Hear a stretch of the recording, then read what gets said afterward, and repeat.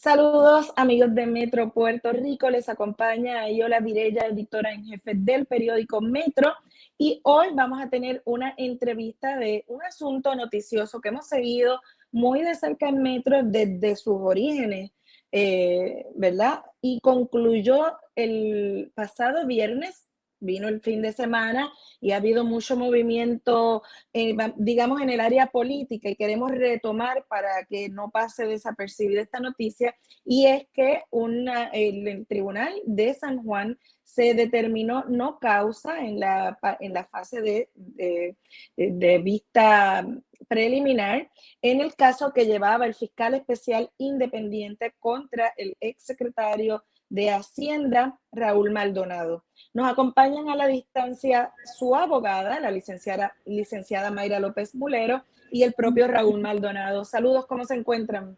Saludos, Ayola, nos encontramos muy bien, un poco todavía asimilando el desenlace de este proceso y ver qué va a ocurrir de cara al futuro. Precisamente quería preguntarle, ¿ya este proceso culmine o todavía el fiscal especial independiente puede ir en alzada? ¿Han sido notificados si existe esta intención? Bueno, luego de la determinación de la honorable juez Yasdel Ramos en ocasión del pasado viernes en vista preliminar con una determinación de no causa por todos los delitos que se le habían imputado a don Raúl Maldonado, teóricamente ellos tienen 60 días para poder recurrir en alzada a un segundo turno al bate. Hasta este momento ellos han expresado públicamente que van a hacer una evaluación para determinar si amerita pedir una vista en alzada o si van a coger la determinación de la honorable jueza Yasdel Ramos. Incluso el honorable fiscal Núñez Corrada hizo expresiones de sentir un gran respeto por el criterio de esta jueza. Así que todavía es un poquito difícil anticipar y leer qué es lo que va a hacer el FEI. Pero si eso ocurriera, estamos listos para enfrentar un segundo proceso con la convicción moral de que vamos a prevalecer y que vamos a repetir el desenlace que vivimos ante la honorable jueza Ramos, que es una jueza muy rigurosa y que indudablemente se destacó por ser muy analítica y llegar hasta las últimas consecuencias de la búsqueda de la verdad. Licenciado Maldonado, ¿cómo usted se siente después de este paso que se concluye esa vista, ese proceso, aunque todavía queda pendiente si hubiese una determinación de ir en alzada? Bueno, estoy muy contento porque mi equipo legal pudo demostrar lo que habíamos dicho del día número 1, que no existían méritos para este caso, que esto simplemente fue una persecución selectiva y maliciosa contra mí por haber denunciado la mafia institucional que gobierna este país. Este caso fue bastante técnico. Licenciada, ¿usted entiende que pudo haberse atendido por la vía administrativa de la Oficina de Ética Gubernamental en lugar de llegar hasta esta fase? Indudablemente, nosotros le dedicamos muchísimo tiempo al estudio integral de todas las disposiciones que están contenidas en la Ley de Ética Gubernamental y sorpresivamente para nosotros, este caso, contrario a 9.899 casos que la auditora dijo haber llevado en auditorías desde su función, jamás llegaron a un proceso criminal. Si tú analizas las disposiciones de la Ley de Ética, tú vas a entender que antes de llegar al extremo de procesar a un funcionario público por situaciones que tienen que ver con la información que se incluye en los informes financieros, pues uno se queda atónito porque las disposiciones de la propia ley exigen que se agote un remedio y que se le dé una oportunidad real y una audiencia al funcionario que tiene que dar explicaciones porque a juicio de la auditora hay unas incongruencias que requieren una explicación. Por situaciones insólitas, todo eso se le garantizó a 9.899 funcionarios, con excepción de don Raúl Maldonado, Pero gracias a Dios, pues hay ocasiones en que las cosas caen por su propio peso. Y pudimos demostrar que aquí hay incluso un procesamiento selectivo. Y es bien interesante porque cuando tú evalúas la ley de ética gubernamental, hay unas multas para funcionarios que no rinden el informe. Y ahí tenemos dos ejemplos concretos. Tenemos a Melissa Romero y tenemos a la licenciada Muxó. Ellos se han negado como congresistas o cabilderos bajo las disposiciones de esa ley especial. Pues ellos dicen, yo no voy a rendirle cuentas a ética sobre mis finanzas, y a esa gente no les pasa nada, excepto darle una palmadita en la mano, y eso no se hace.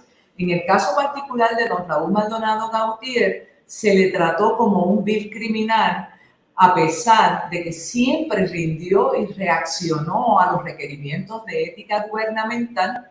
No obstante, ellos insistían en no estar complacidos con ninguna respuesta del funcionario, a pesar de que habían fundamentos sólidos que demostraban que esas partidas a las que se refieren las acusaciones habían sido atendidas responsablemente por el funcionario, y simplemente la auditora senior decidió cerrarle la puerta a don Raúl arbitrariamente, porque según el criterio de ella era un patrón de conducta de demasiada incongruencia, pero no dijo que los requerimientos, todos los requerimientos que se le hicieron y que no se refieren a las acusaciones, fueron satisfechos responsablemente por el funcionario.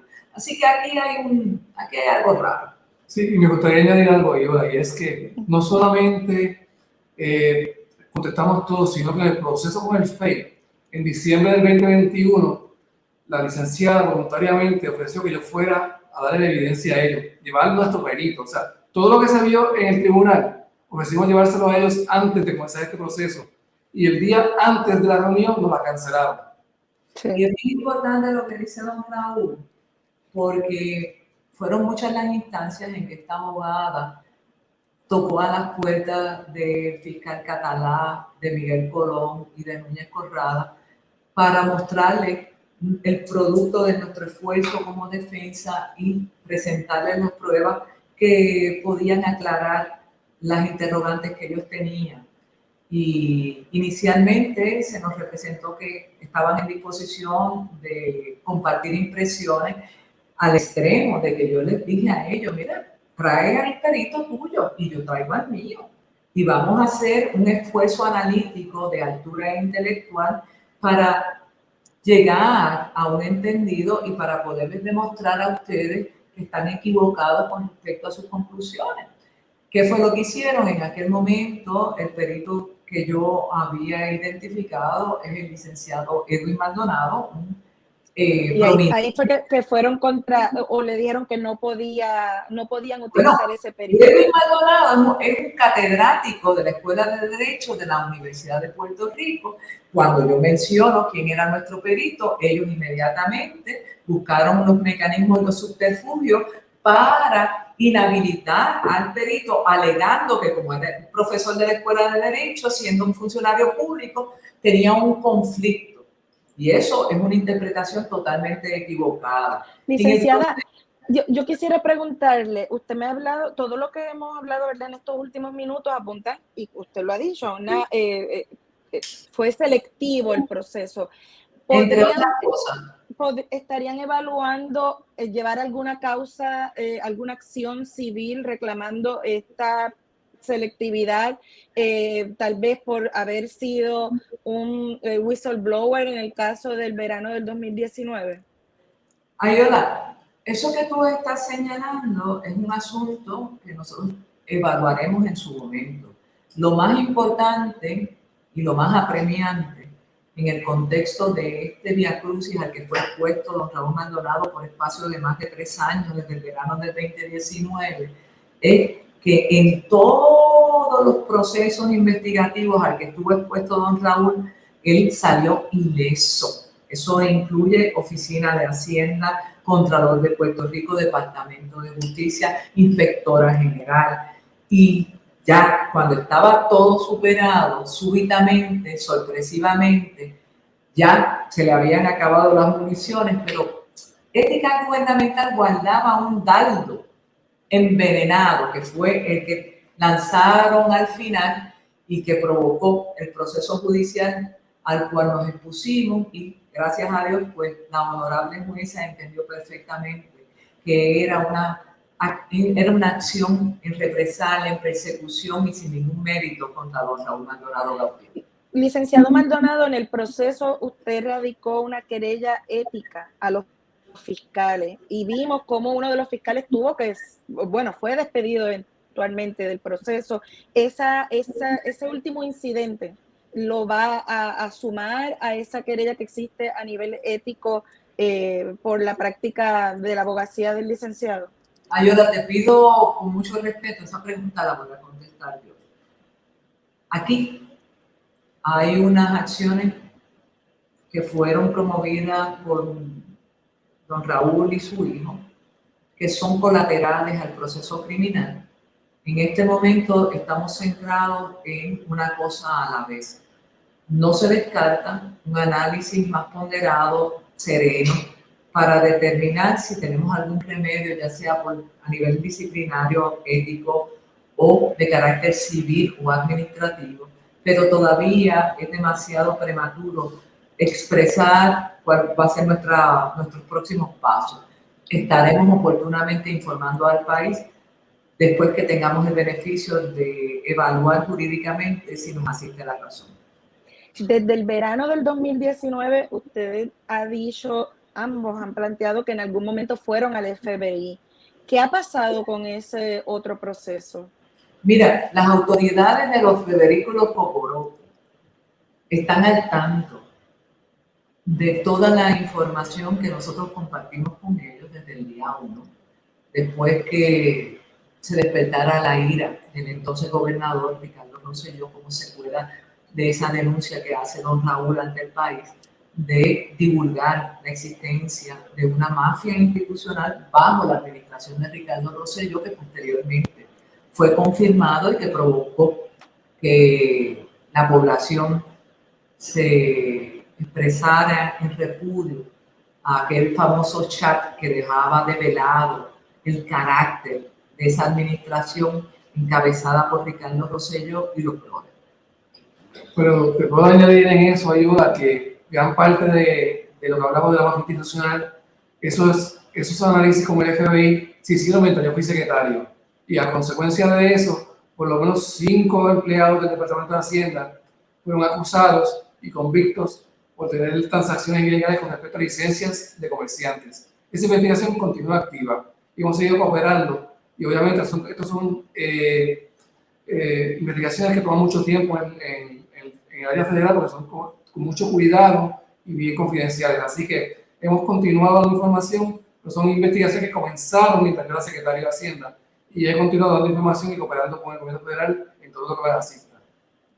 Hablando de ese verano del 19, ¿qué le parece, el licenciado Maldonado, que los integrantes del chat que se denunció en aquel momento están nuevamente ocupando, ¿verdad? Están en espacios mediáticos, dirigiendo espacios de opinión, están en ambas campañas ahora mismo en la primaria del Partido Nuevo Progresista? ¿Qué le parece esto? Bueno, eso yo creo que confirma lo que es una persecución selectiva y maliciosa contra mí. De manera que todos aquellos que participaron en el chat están por la libre, haciendo transacciones con el gobierno. O sea, el pueblo hizo una marcha de 1 millón de personas, sacaban al gobernador a la cabeza de la serpiente venenosa. El resto siguen trabajando para el gobierno, llevándose contratos de 30, 40, 50 millones que van a poder seguir trabajando con el gobierno, de manera que el pueblo se sigue empobreciendo y los brothers del chat siguen haciendo dinero como cabilderos. Y si me permites a mí abonar a esta conversación, todas estas personas han sido protegidas desde Fortaleza por distintos incumbentes. Después de Ricardo Rosselló, Wanda Vázquez y actualmente el gobernador de turno, Pierluisi. lo que compromete a todos y cada uno de ellos en un hilo conductor que denota un estilo de gobierno que atenta contra el bienestar de nuestra gente y pone primero sus ambiciones y las de sus amigos para proteger a la gente que le llena los bolsillos en recaudos en las campañas a estas figuras. Pero el pueblo está observando y gracias a la fortaleza de espíritu y al carácter de don Raúl Maldonado, quizás vamos a cambiar las cosas en este país de cara al futuro. Hablando de cara al futuro, licenciado Maldonado, ¿cómo ve entonces el hecho de que en ambas campañas en la primaria del PNP hay integrantes del chat? ¿Qué dice eso? ¿El Partido Nuevo Progresista sería una opción? ¿Cómo usted lo ve? Usted estuvo militando en ese partido, no sé si todavía milita en él.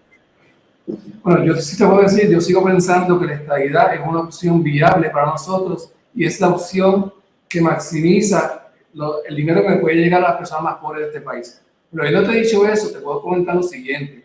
El inversionismo político que tenemos ahora mismo tiene secuestrado al Partido Nuevo. El Partido Nuevo responde, el Ejecutivo en este momento, a un inversionismo político que obviamente no responde a los intereses del pueblo. Y mientras esto sigue así, ni la estadidad va a llegar y nunca vamos a salir de un país con una desigualdad de pobreza tan grande como tenemos. Somos el país número 13 en el mundo con la desigualdad de pobreza más grande, cuando hemos recibido decenas de millones de dólares del gobierno federal. ¿Dónde están? En el bolsillo de los inversionistas políticos y eso, el Ejecutivo es el responsable de eso. Entonces, usted, le pregunto porque hay mucha gente estadista movilizándose fuera del partido. El último fue el alcalde de San Sebastián. ¿Usted estaría movilizándose también fuera del partido? ¿Tiene alguna, ¿verdad? ¿Alguna afiliación que vaya a hacer próximamente? ¿Cuál va a ser su futuro en términos políticos? Déjame intervenir. Don Raúl Maldonado en este momento es una figura que está luchando por que no se confunda el espectador y demostrando su integridad y compromiso con nuestra gente. Le sirvió en el pasado, no vamos a hablar del futuro, pero indudablemente don Raúl Maldonado Gautier tiene que hacer un proceso de introspección para determinar si el ideal en el que él cree está bien representado en el Partido Nuevo Progresista o si hay que buscar otro nicho para adelantar esa causa en aquellos que confían en que ese es el destino idóneo para Puerto Rico de cara al futuro. En este momento, lo más importante es salir de esa intención de entramparlo para desacreditarlo ante el pueblo y una vez quede reivindicado, como ha quedado reivindicado según mi criterio ante los ojos del pueblo, ya habrá tiempo para evaluar cuál es el próximo paso a seguir. Pero, licenciado, ¿va a votar en estas elecciones? Yo sí voy a ejercer mi derecho al voto.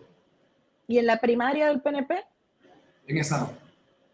Bueno, les agradezco a ambos que hayan sacado de su tiempo para estar con nosotros en esta entrevista y ya estaremos atentos, ¿no?, a si hay más pasos en este capítulo por parte del FEI o luego en el futuro cuáles son los pasos que estarían tomando. Que tengan buenas tardes. Gracias. Muchas gracias.